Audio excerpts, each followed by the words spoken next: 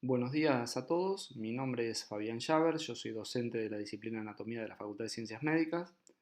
La idea de hoy es poder brindarles un resumen sobre el seminario disciplinar de anatomía que es genitales masculinos.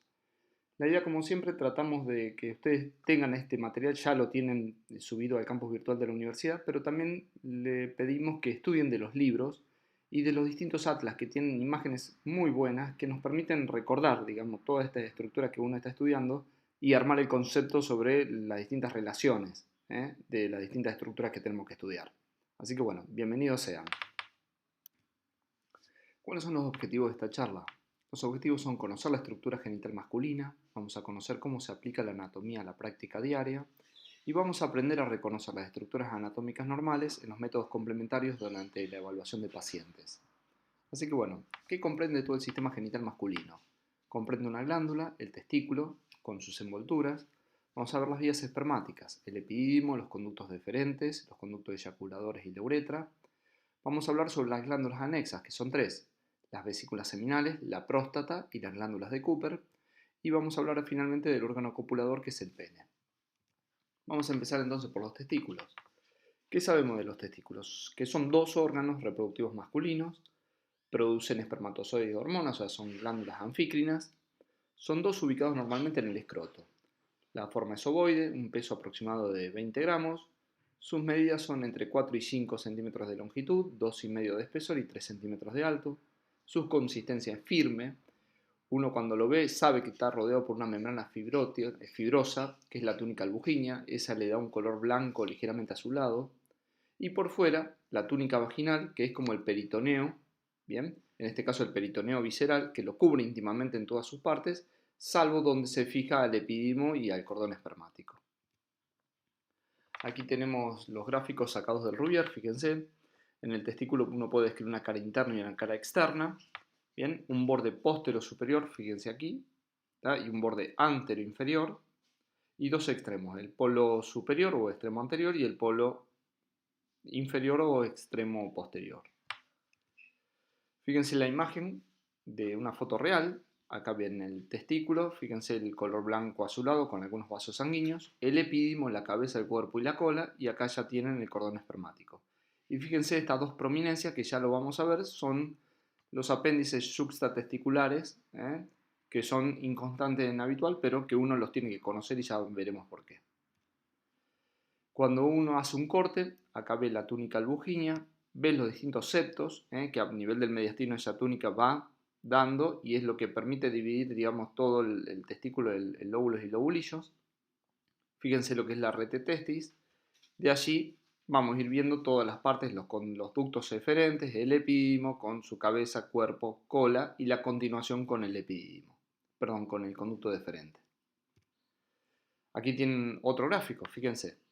Los conductillos seminíferos, ¿bien? Estos se van uniendo y van formando los tubos rectos. Estos van a la rete testis y de allí surgen los conos o conductos eferentes, que fíjense cómo se dice habitualmente, que terminan como los dientes de un peine, siendo el primer cono eferente el que inicia el único conducto del epididimo. ¿Bien? Este conducto del epididimo, fíjense que es un solo túbulo que está enrollado sobre sí mismo.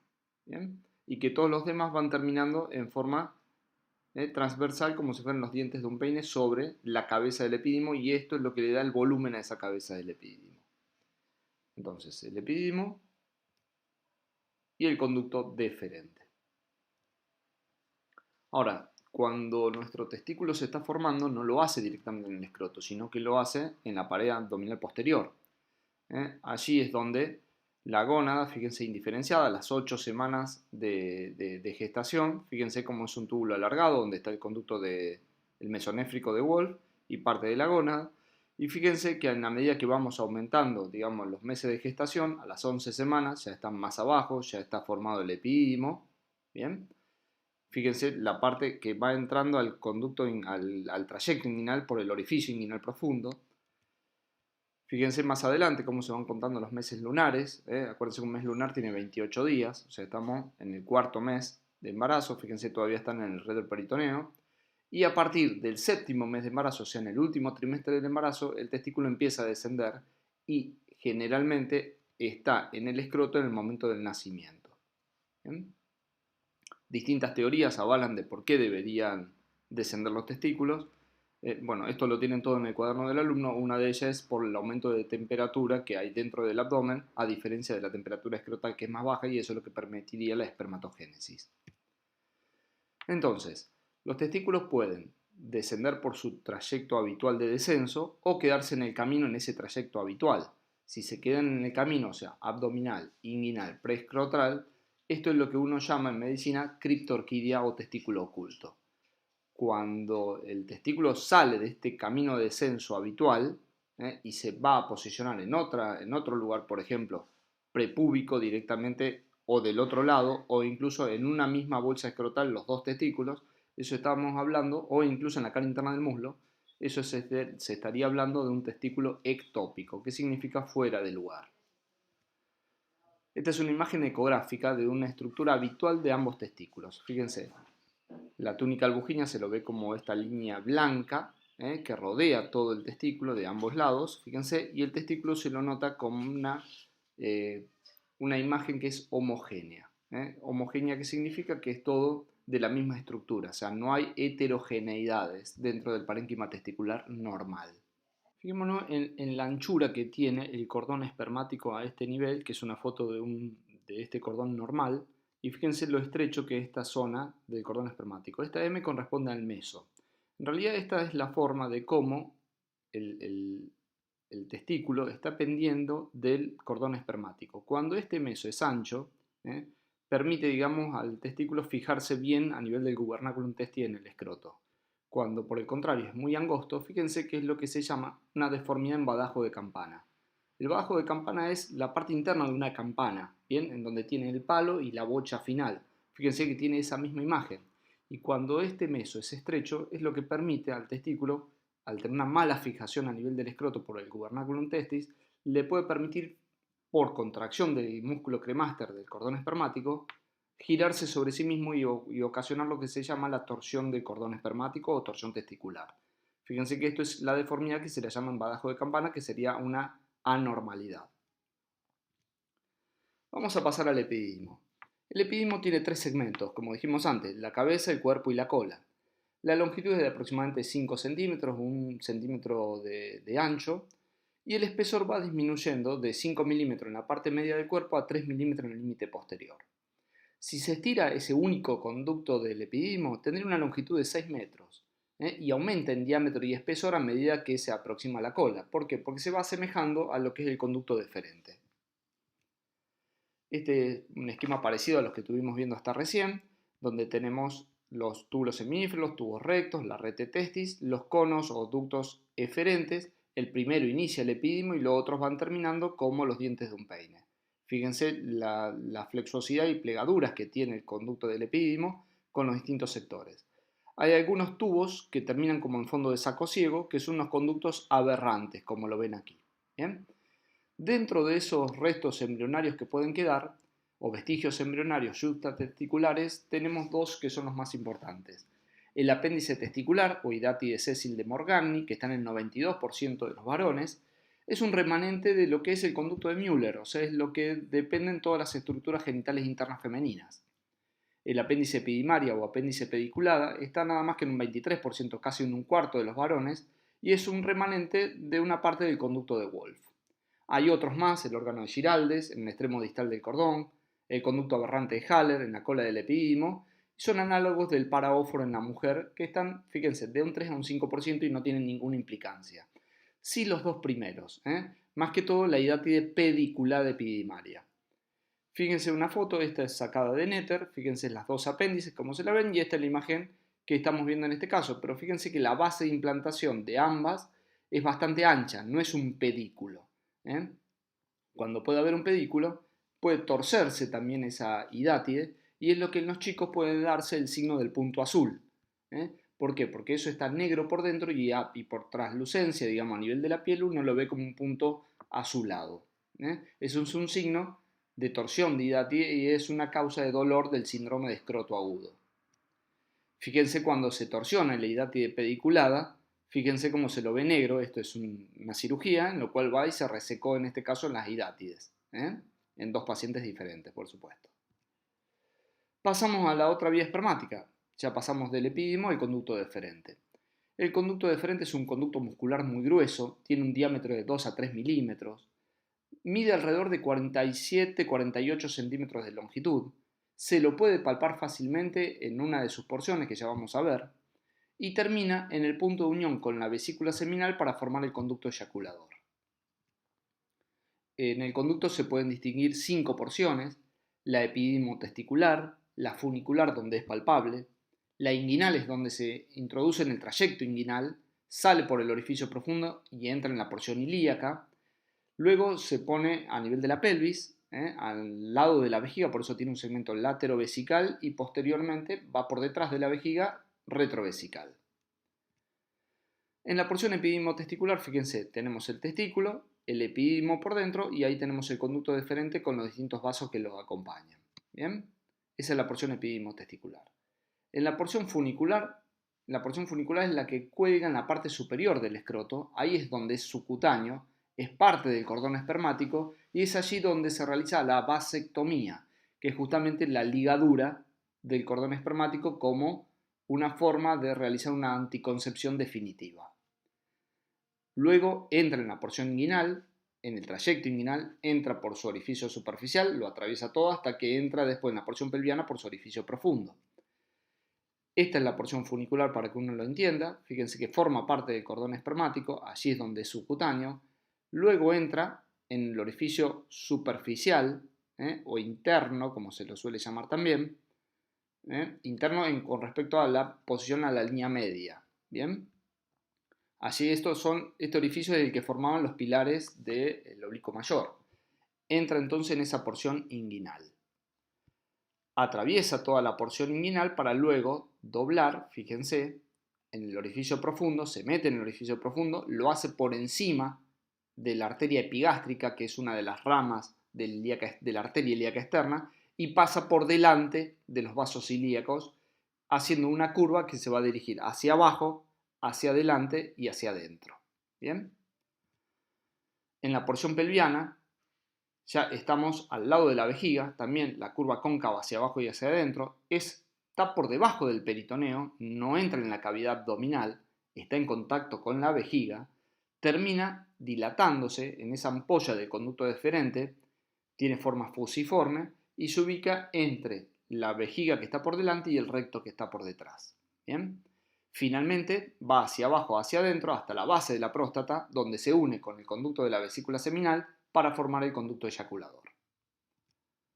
Aquí tienen la imagen, fíjense siempre, el conducto deferente pasa por delante, laterovesical, luego retrovesical, pasando por delante de los uréteres, se va dilatando, es la ampolla del conducto deferente hasta que se une con el conducto excretor de la vesícula seminal para introducirse dentro de la próstata el conducto eyaculador. ¿Bien? Recuerden siempre una mnemotecnia de esta parte. ¿Bien? Siempre hay una mnemotecnia que se aplica tanto para la arteria uterina como para el uréter. La mnemotecnia siempre es: el agua siempre pasa por debajo del puente. Por lo tanto, siempre la sangre o la orina, en este caso el uréter, está por detrás del conducto del deferente. Esto es el cordón espermático. Este es un gráfico tomado del Rouvier. Fíjense la cantidad de venas que hay en este cordón espermático con la fascia propia, que divide toda la parte superficial de la parte profunda. Acá tenemos todas las venas espermáticas, las cuales forman el plexo pampiniforme anterior y posterior, y vemos que en la parte anterior están todas las venas anteriores, la arteria espermática o gonadal, y por detrás tenemos el conducto deferente, que es el principal referente muscular y que uno palpa perfectamente en el cordón, con la arteria deferencial, las venas deferenciales, ¿bien? Y distintos vasos nerviosos que ya vamos a ver quién forma el cordón espermático. El paquete anterior está en el grupo de venas anteriores, la arteria espermática y un tracto conjuntivo poco visible que corresponde al conducto peritoneo vaginal obliterado. Hay filetes nerviosos y hay vasos linfáticos. Ya vamos a retomar lo del tracto conjuntivo. El paquete posterior, las venas espermáticas posteriores, delante del cual transcurre el conducto deferente, la arteria deferencial y la arteria funicular. Recuerden que las ramas nerviosas son, a nivel del trayecto, están las ramas genitales de los nervios abdominogenital mayor y menor y la rama genital del nervio genitocrural. En los libros más modernos estos nombres cambian, tienen más una literatura latina, en lo cual el abdomen genital mayor y menor son los nervios ilio-hipogástrico e ilio-inguinal. ¿Bien? Fíjense lo que nos referíamos con este ligamento de Cloquet, este tracto conjuntivo que está obliterado, está cerrado. O sea, esto habitualmente si está cerrado no se lo ve, es otro tracto fibroso, simplemente eso. Ahora, ¿qué sucede? Recuerden que el testículo descendía por el trayecto inguinal hasta que se posicionaba en la bolsa escrotal. Cuando en ese descenso el conducto, o sea, la parte de la capa más interna del recubrimiento testicular, que es la túnica vaginal, que es una dependencia del peritoneo. Si ese conducto por donde va descendiendo no se sella, no se cierra, puede quedar permeable como lo ven en la imagen de acá al lado. Cuando queda permeable es lo que uno llama el conducto peritoneo vaginal permeable. Y esto es lo que puede ocasionar, no siempre, pero puede ocasionar una hernia cuando pasa el contenido del abdomen, ya sea el epiplón, o sea, tejido adiposo, o una víscera como el intestino, pasa y se posiciona a nivel de la bolsa escrotal. O cuando pasa líquido, que cuando pasa líquido se llama hidrocele, y cuando pasa el contenido de la cavidad abdominal, el peritoneo o la grasa, se denomina hernia inguinal indirecta. Indirecta porque lo hace a través de este trayecto.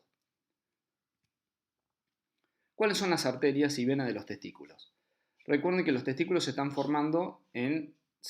empezaron su formación en el retroperitoneo, en posición alta, al lado de los grandes vasos. Justamente la arteria espermática vienen de esa zona, vienen de la aorta abdominal y tienen todo un trayecto que uno lo puede describir tanto a la izquierda como a la derecha hasta que ingresa luego por el trayecto inguinal para posicionarse junto con el cordón espermático. Las venas testiculares, acuérdense que son plexos por debajo y ahora lo vamos a describir. Primero las arterias. La arteria espermática, recuerden que cuando desciende llega a la posición escrotal, se divide en dos ramas, una epidimaria y otra testicular, la testicular a su vez en dos ramas, y la epidimaria la recorre en todo su sentido y termina anastomosándose con las otras arterias que entran en el cordón espermático, que es la arteria deferencial, que proviene de la arteria hipogástrica, y la arteria funicular, que es una rama de la arteria ilíaca externa también, o sea, de la epigástrica, que a su vez de la ilíaca externa. Las venas, como dijimos, son plexos en la parte inferior y cuando van subiendo se van anastomosando entre sí para formar luego dos paquetes. El más importante es la vena espermática que uno conoce, que en otros libros la llaman vena espermática interna, es la que acompaña a la arteria y termina a la izquierda en la vena renal izquierda y a la derecha termina en la vena cava inferior. Cuando hay una dilatación de estos plexos venosos pampiniformes anormal, es lo que uno denomina el varicocele. ¿Cuáles son los linfáticos de los testículos? Como dijimos al principio, como las arterias y las venas terminan en los grandes vasos, los linfáticos también terminan en los linfáticos retroperitoneales, abdominoaórticos o lumboaórticos. ¿Bien? Recordemos que los abdominoaórticos, dependiendo de la posición de los ganglios con respecto a los grandes vasos, es como se los denomina. Si están a la derecha de la cava son laterocavos, precavos, intercavoaórticos, preaórticos o lateroaórticos. Lo mismo por detrás. Retroaórtico, retrocava. ¿Bien? Estos son todos los ganglios retroperitoneales. Ahora fíjense otra cosa. El drenaje del testículo derecho no es igual al izquierdo. ¿Por qué? Recordemos cómo se forma el conducto torácico. El conducto torácico es el principal conducto de drenaje de los linfáticos de nuestro organismo, que van a terminar todos en el confluente yúgulo subclavio izquierdo. Cuando se forma por la unión de los dos troncos lumbares, que generalmente lo hace por debajo del diafragma, pudiendo haber, en una tercera parte de los casos, una dilatación de esa unión de los troncos lumbares, que es lo que uno llama la cisterna magna o cisterna de Pequet. Ese conducto está en la cara posterolateral derecha de la aorta. O sea que todos los linfáticos de nuestro cuerpo en general tienen una tendencia de ir de derecha a izquierda justamente para terminar en el conducto torácico. Lo mismo pasa con los drenajes linfáticos del testículo. Fíjense que el testículo derecho pueden drenar a los laterocavo, precavo, intercavo aórtico principalmente, preaórticos, incluso se cruzan a la izquierda para llegar a los lateroaórticos. ¿Bien? Ahora fíjense los testículos, los linfáticos del testículo izquierdo. La mayoría van a los lateroaórticos, a los preaórticos, algunos a los intercaboaórticos, pero ninguno cruza a la derecha, ninguno es precabo ni laterocabo, justamente por esa tendencia de los linfáticos de ir hacia la izquierda. ¿Bien? Esto tiene mucha implicancia después en cirugías retroperitoneales por tumores de testículos cuando uno busca las metástasis para ver qué zonas son las que corresponden a cada uno de los testículos. Vamos a hablar de las envolturas del testículo. Recordemos que las envolturas constituyen las mismas, del escroto constituyen las mismas capas que tenemos en la pared abdominal, a excepción de una que ya vamos a ver cuál es. La primera que tenemos es la piel o escroto, eso es lo que denominamos escroto, tenemos que describirla, que es rugosa, con vellos, con pelos. ¿Bien? En el escroto hay un rafe medio que diferencia a cada una de las hemibolsas escrotales. El dartos, que es tejido fibroso, elástico y fibras musculares lisas, cosa que en la pared abdominal no lo tenemos. Tenemos la túnica celular subcutánea, que rememora el tejido subcutáneo de la pared abdominal. La túnica fibrosa superficial o aponeurótica, que es la correspondiente a la aponeurosis del oblicuo mayor. Por debajo del oblicuo mayor en el abdomen tenemos los músculos, tanto el oblicuo menor como el transverso. Es la túnica muscular en este caso, que es el cremaster, justamente formado por las fibras más inferiores de estos dos músculos que nombré. La túnica fibrosa profunda o fibrosa propiamente dicha, que corresponde a la última capa, que es la fascia transversalis. Y por último, el peritoneo en la cavidad abdominal como la túnica vaginal a nivel de la pared escrotal con sus dos capas, la serosa, visceral y parietal. Esta es una imagen de Netter en donde trata de buscar cuáles son las distintas capas que estuvimos charlando recién. Vamos a empezar por las glándulas anexas. Las vesículas seminales. Las vesículas seminales son dos, hay una por cada lado. Bien, son sacos glandulares con muchas contorsiones que miden aproximadamente 5 centímetros de largo y 1 de ancho. Si uno la escribe minuciosamente, tiene dos partes, un segmento externo, que es este, con un segmento interno, unidos por el fondo de la vesícula seminal. Bien. Estos dos segmentos se continúan luego con el conducto excretor de la vesícula seminal para unirse al conducto del deferente y formar el conducto eyaculador. La posición es el mismo gráfico de distintos libros, este de Stud-Latarjet. Fíjense las vesículas seminales con la ampolla del deferente para formar el eyaculador. Entonces recuerden una cosa. Recuerden que cuando el peritoneo se estaba formando, en la cara posterior de la vejiga y por delante del recto había 4 capas peritoneales que la ven en este gráfico. Fíjense, una que recubre la cara posterior de la vejiga, se repliega sobre la próstata, por delante de la vesícula seminal, rodea por detrás, llega hasta la parte inferior de la próstata y después se repliega en la cara anterior del recto. Acá hay 4 hojas viscerales, 4 hojas serosas. Estas hojas serosas, las dos anteriores, se fusionan y las dos posteriores también se fusionan, lo ven acá de color rosado. Esa fusión son lo que uno llama, y lo leen de los libros, como por ejemplo en el Rouvier también, es lo que llamamos la aponeurosis próstato-peritoneal. De allí depende, porque por eso es próstato-peritoneal, porque era el peritoneo el que se metía hasta aquí abajo. Y esto es lo que forma también, o aponeurosis próstato-peritoneal, o en otros libros lo van a ver como la fase de Denon-Villiers, ¿bien? Que es justamente este tracto que es lo que permite separar la próstata del recto que está por detrás. Y es justamente en este lugar es donde se entra justamente para hacer la cirugía prostática y separar la próstata del recto que está por detrás. Resumiendo, vesícula seminal, conducto deferente, conducto eyaculador, que ya vamos a verlo, que es el que penetra dentro de la próstata. Y vamos a ver lo que es el utrículo prostático también. Estas son imágenes ecográficas de cómo se ve en una ecografía transrectal. Aquí está el transductor, ambas vesículas seminales como distintos bollos y se ve negro por la ecoestructura que tiene, que es líquido. Bien. Fíjense, en un corte transversal, en un corte sagital vemos la vejiga, la uretra, la próstata y las vesículas seminales por detrás, que en este caso están llenas. En una imagen de resonancia, lo mismo, esto es una secuencia T1, esto es otra secuencia, la T2, en donde fíjense, en T1 el líquido se ve negro, como en la vejiga o en las vesículas seminales, Y acá fíjense en T2 cómo el líquido se ve blanco y permite ver distintas estructuras que uno puede analizar como las abolladuras de las vesículas seminales normales. Vamos al conducto eyaculador. Sabemos que se extiende la terminación de los conductos deferentes y las vesículas seminales hasta la uretra. Su longitud es de aproximadamente 2,5 centímetros, lo ven aquí, y atraviesa todo el tejido glandular de la próstata y se abre a nivel de la uretra prostática a ambos lados del colículo seminal o verum montanum. Si uno tiene una foto de la cara posterior de la uretra prostática, uno ve el colículo seminal o verum montanum con una fosita en la línea media, que es el utrículo prostático, que es un remanente del conducto de Müller. A ambos lados vemos la apertura de los conductos eyaculadores. ¿Bien? Y fíjense, toda la cara posterior de la uretra prostática está acribillada por los orificios de desembocadura de los conductos excretores de la próstata. Ahí es donde se une la secreción prostática junto con la secreción que viene del testículo, del epidimo con su maduración y de las vesículas seminales con toda la secreción que traen las vesículas seminales. Recordemos entonces que la próstata está atravesada por los dos conductos eyaculadores y por la uretra. Resumiendo, próstata, verum montanum, el utrículo, esa fosita en la línea media, y los orificios de los conductos eyaculadores. Esta es una imagen endoscópica de cómo se ve el verum montanum o colículo seminal.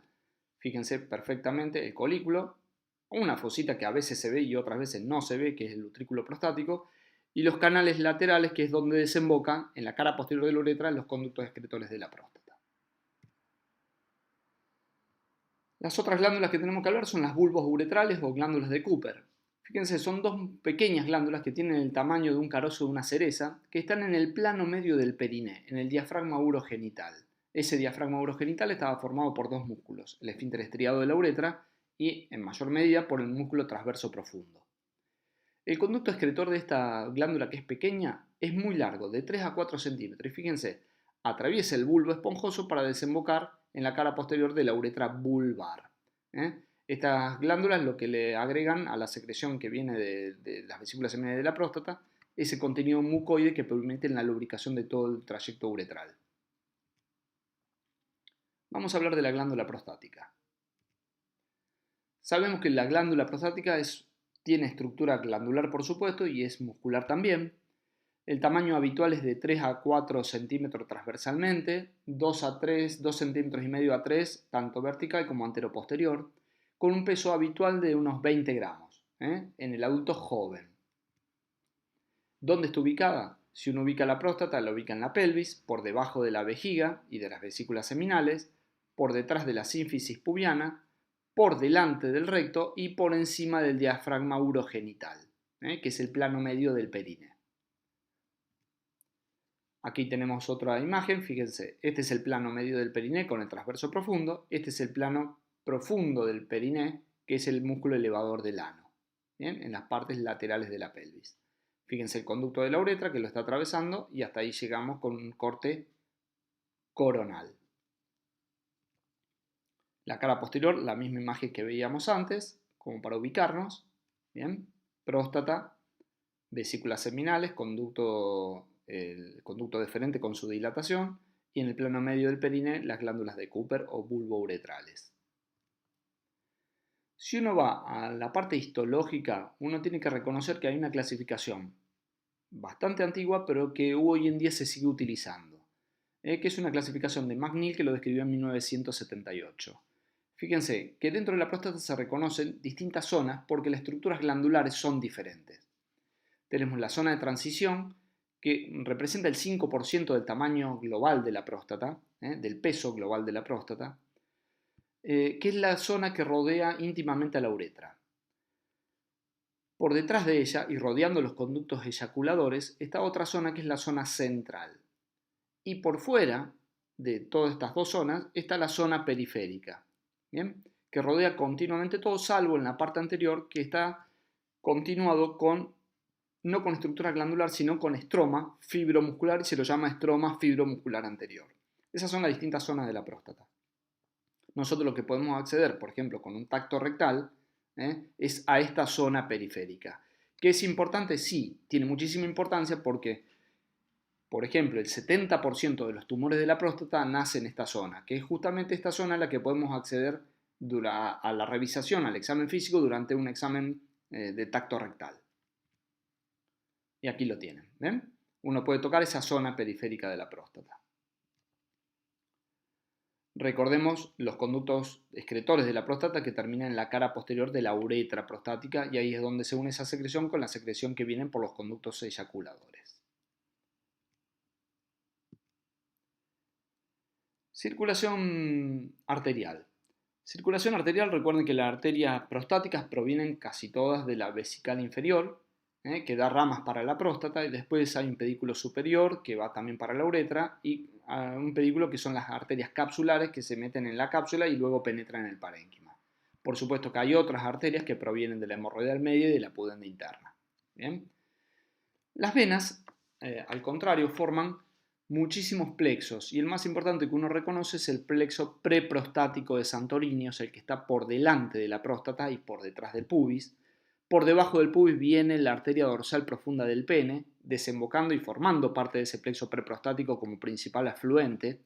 Y luego las venas, que están todas anastomosadas entre sí, se van a ir a los laterales para hacer también un plexo venoso lateral y terminar anastomosándose con ramas que vienen de las venas hemorroidales medias para terminar en la vesical inferior, que a su vez es rama afluente de la vena hipogástrica. Por último hablamos del pene. El pene consta de distintas estructuras, es el órgano copulador masculino, por supuesto sus medidas varían en estado de reposo como en estado de erección. Tiene en estructura interna, tiene dos cuerpos cavernosos y el cuerpo esponjoso, terminando con una estructura distal que es el glande. ¿Bien? Vamos a ir describiendo cada una de estas estructuras. Sacando la piel, fíjense cómo se nota el cuerpo esponjoso que contiene a su vez dentro la uretra masculina. ¿Bien? El glande. El glande tiene la forma cónica con la uretra, con el meato uretral que tiene forma alargado. Fíjense que es un alargado en sentido antero-posterior. Por debajo tiene lo que uno llama el frenillo. ¿Bien? Y esta estructura que delimita el glande por detrás es lo que uno llama la corona del glande. Tanto el cuerpo esponjoso, que va por debajo, tiene estructuras internas que son estructuras eréctiles, como también el cuerpo esponjoso, como también el glande, que depende de ese cuerpo esponjoso. Recordemos que los cuerpos cavernosos tienen una parte posterior que es la raíz de los cuerpos cavernosos, que nacen de la cara interna de las ramas isquiopubianas, van hacia adelante, hacia arriba y hacia adentro para formar un canal que deja pasar por debajo al bulbo esponjoso y a la uretra. Y todas estas estructuras están rodeadas por una túnica fibrosa, como la del testículo, se la llama de la misma forma, la túnica albuginea, que divide justamente todos los vasos profundos de todas las túnicas y vasos superficiales. Aquí tenemos los cuerpos cavernosos que están unidos entre sí, pero este tabique que ustedes los ven acá, en realidad está multiperforado y permite la comunicación de un cuerpo cavernoso con el otro. No así el bulbo esponjoso, que si bien también tiene estructura eréctil, que ya vamos a ver cuál es, en general el cuerpo cavernoso y el cuerpo esponjoso y el glande acompañan en la erección a los cuerpos cavernosos, que son las estructuras primarias, digamos, para la erección. Esa túnica que hablamos antes, de túnica albuginea, rodea cada uno de los cuerpos cavernosos entre sí. Y a su vez hay distintas fases, hay distintas capas del pene, que tenemos una capa que es la fascia penis o fascia de Buck, que es la fascia profunda, que es la que permite delimitar los vasos profundos, como la vena profunda del pene, las arterias dorsales del pene, de las venas superficiales y de los tegumentos del pene, de la piel del pene. ¿Bien? Esta es la estructura interna de un cuerpo cavernoso y de la túnica albuginea. Fíjense las estructuras como tienen bandas circulares y bandas que son radiadas, como uno lo ve allí.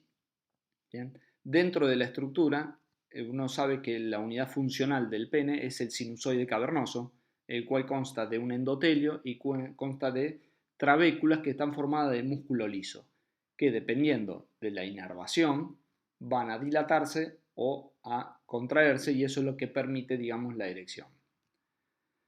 Fíjense en un corte transversal de pene, esto es justamente por una cirugía de pene en cáncer de pene, pero fíjense la estructura, cómo se la ve a la túnica albuginia bien gruesa y resistente, cómo se comunican ambos cuerpos cavernosos entre sí y cómo el bulbo esponjoso junto con la uretra está por debajo, totalmente separado de las estructuras eréctiles propias del pene. ¿Cuáles son las arterias que le llegan al pene? ¿Cuál es la irrigación del pene? Va a depender todo de esta arteria, que es la arteria pudenda interna, que es rama de la hipogástrica. ¿Bien? Esta arteria pudenda interna va a dar tres ramas principales. La vulvouretral, que va a la parte posterior, la cavernosa, que es la que se mete dentro y en el centro de los cuerpos cavernosos. Recuerden que son dos pudendas internas, para cada una tiene su cuerpo, tiene su arteria cavernosa. Y como continuación o como rama terminal de la pudenda interna, muchos la llaman a esta arteria, que es la arteria dorsal del pene. A su vez, esta arteria dorsal da las arterias circunflejas, que son las que van rodeando a la túnica albuginia y van penetrando dentro de las estructuras. El retorno venoso lo hacen por un paquete profundo, como hablamos, que es afasia penis o fascia de Buck, dividía el paquete profundo del superficial, donde ustedes ven que el paquete profundo va a terminar por debajo del pubis, recuerdan, para ir al plexo venoso preprostático de Santorini, y las venas superficiales en general van a terminar en la vena, perdón, acá vemos la imagen nada más que de las profundas. Las superficiales van a terminar a nivel de la safena interna. Recuerden que en la estructura del pene, el paquete vasculonervioso del pene, ustedes ven la vena profunda del pene, las arterias dorsales y los nervios dorsales que llegan también para dar la inervación, tanto somática, sensitiva, motora y la vegetativa. Aquí están ligándose el paquete superficial, el paquete profundo. Esto es justamente para hacer una cirugía de pene por un tumor de pene. Bien, vamos a hablar de la anatomía funcional del pene. Tenemos un sistema arterial, tenemos los cuerpos cavernosos, el esponjoso y glande, y tenemos el sistema venoso. Esto es como para uno evaluar cómo se produce la erección. Las arterias cavernosas dan las arterias selicinas, ¿bien? Dentro del cuerpo cavernoso, que va a los sinusoides y al tejido eréctil trabeculado. Cuando estas arterias selicinas están contraídas y tortuosas, el pene está en flacidez. Cuando se dilatan y se ponen más rectas, está en erección. La túnica albuginia, que es esa túnica resistente que describimos hasta ahora, sabemos que tiene fibras colágenas y elásticas que soportan gran distensión, si no, no aumentaría el tamaño, y existen perforaciones por donde pasan, de esa túnica albuginia, donde pasan arterias, nervios y venas. El sistema venoso, ¿cómo empieza? Empieza a través de vénulas que están dentro de los sinusoides. Luego se forma, todas esas vénulas se van uniendo por debajo de la túnica albuginia, formando un plexo subalbuginio. De ese plexo van a aparecer venas emisarias. Emisaria significa que atraviesa la túnica albuginia para irse a las estructuras más superficiales. ¿Bien? Para irse a la vena dorsal profunda, a la circunfleja y a las venas uretrales. Como definición, la unidad anátomo-funcional es el sinusoide cavernoso, que está constituido por tejido muscular liso, por el epitelio endotelial y por un soporte fibroelástico.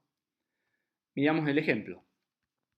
Acá tenemos los sinusoides con las arterias helicinas. Fíjense, los sinusoides están vacíos. ¿Bien?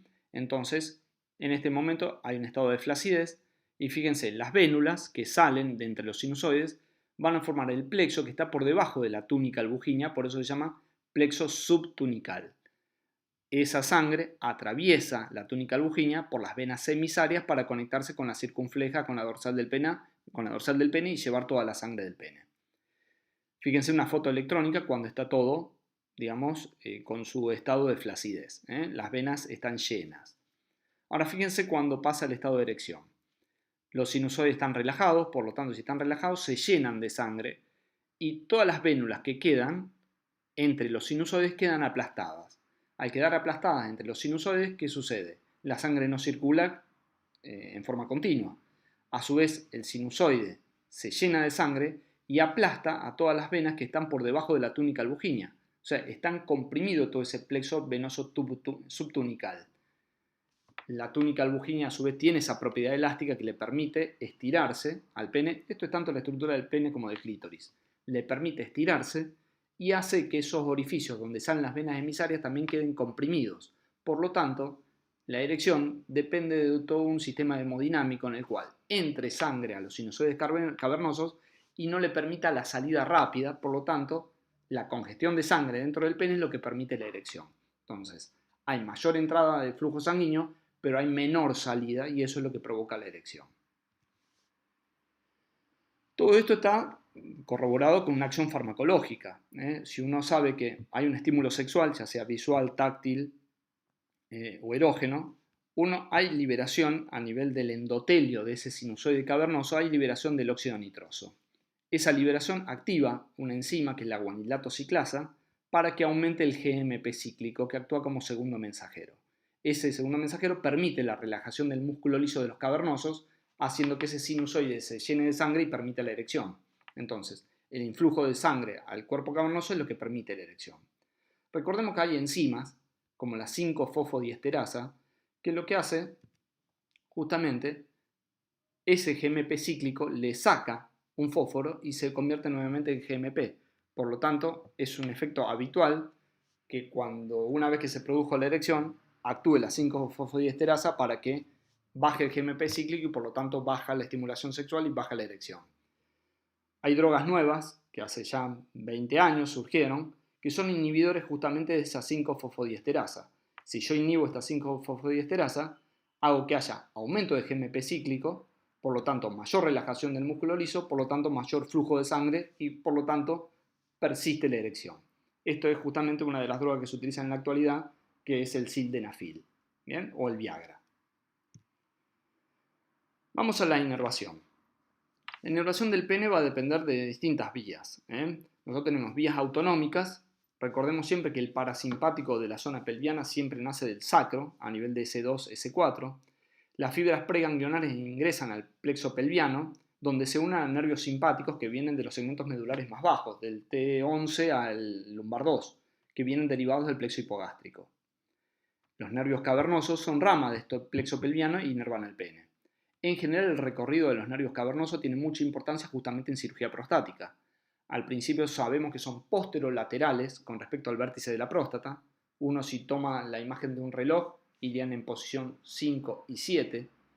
Posteriormente se van haciendo más anteriores, son laterales con respecto a la uretra membranosa, en hora 3 y 9, y son anteriores con respecto a la uretra vulvar, fíjense, en hora 1 y 11, en donde ingresan en el hilio del pene. Es esencial el conocimiento de estas vías justamente en caso de cirugía prostática y de uretra. Recordemos que los impulsos parasimpáticos del sacro son responsables de la tumescencia, o sea, del llenado de sangre. Y las vías simpáticas toracolumbares son responsables de la detumescencia. Ahora también tenemos vías somáticas. La vía sensorial comienza generalmente en receptores ubicados en el pene.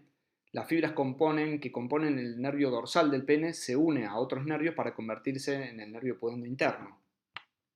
Existe un núcleo, el núcleo de Onuf, que es el centro de la inervación somatomotora. Estos nervios transcurren los nervios sacros hasta el nervio pudendo interno para inervar los músculos bulbo e isquio cavernosos. La contracción de esos músculos del isquio cavernoso produce la fase de erección rígida, y la contracción rítmica del bulbo cavernoso expulsa el semen a lo largo de la luz de la uretra, que está estrecha, y se produce la eyaculación externa a través del meato. Hay otras vías espinales y supraespinales, por ejemplo la preóptica medial, el cual no se ha identificado como un importante centro de integración para los impulsos sexuales y la erección del pene. Recordemos entonces, el plexo pelviano, el nervio pudendo, fíjense, ¿bien? El nervio cavernoso, fíjense, del plexo pudendo, está en la posición lateral, luego en la uretra membranosa se vuelve lateral en hora 3 y 9, para después ponerse en hora 1 u 11 de cada lado. ¿Bien? Y el plexo pudendo, con el nervio pudendo interno, forma el nervio dorsal del pene, que lleva también fibras somáticas. ¿Bien? Y la inervación también motora para el isquio cavernoso y el bulbo cavernoso. Los linfáticos del pene. Generalmente cuando hay alguna patología en pene por infección o por un tumor, generalmente toma la piel y los tegumentos en general van a estos ganglios. Van a los ganglios inguinales, a los inguinales superficiales para después pasar a los profundos. Bien. Como conclusión, para conocer cómo se aplica la anatomía a la práctica diaria es necesario saber la anatomía normal y cuáles son sus variantes. Sabemos que hay nuevas tecnologías que nos brindan mejores conocimientos anatómicos y los tenemos que emplear. Pero esto no implica que debemos dejar de lado el examen físico y otros estudios complementarios básicos.